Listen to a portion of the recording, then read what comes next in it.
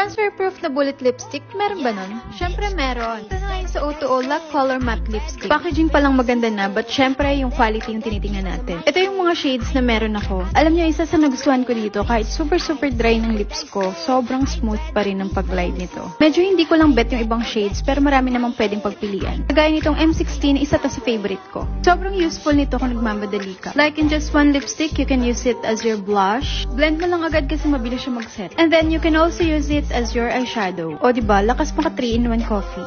Char. Okay, tapusin ko lang yung eye makeup ko. And then, M30 na rin yung ginamit ko sa lips ko. So, ito na nga. Kahit bullet lipstick siya, transfer-proof to. Ayan, tinry ko na rin sa tissue and wala pa rin nag-transfer.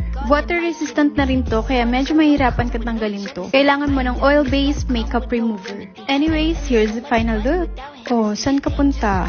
Wala, sa palengke lang, bibiling tilapia. Fresh naman. Try mo na rin?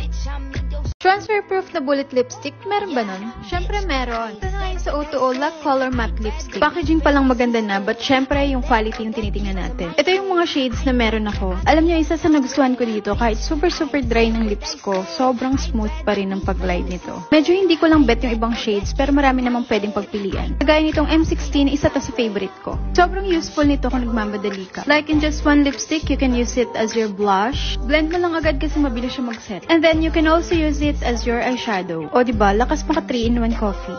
Char. Okay, tapusin ko lang yung eye makeup ko. And then, M30 na rin yung ginamit ko sa lips ko. So, ito na nga. Kahit bullet lipstick siya, transfer-proof to. Ayan, tinry ko na rin sa tissue and wala pa rin nag-transfer. Water-resistant na rin to, kaya medyo mahirapan kang tanggalin to. Kailangan mo ng oil-based makeup remover. Anyways, here's the final look. Oh, saan ka punta? Wala, sa palengke lang, bibiling tilapia. Fresh naman. Try mo na rin?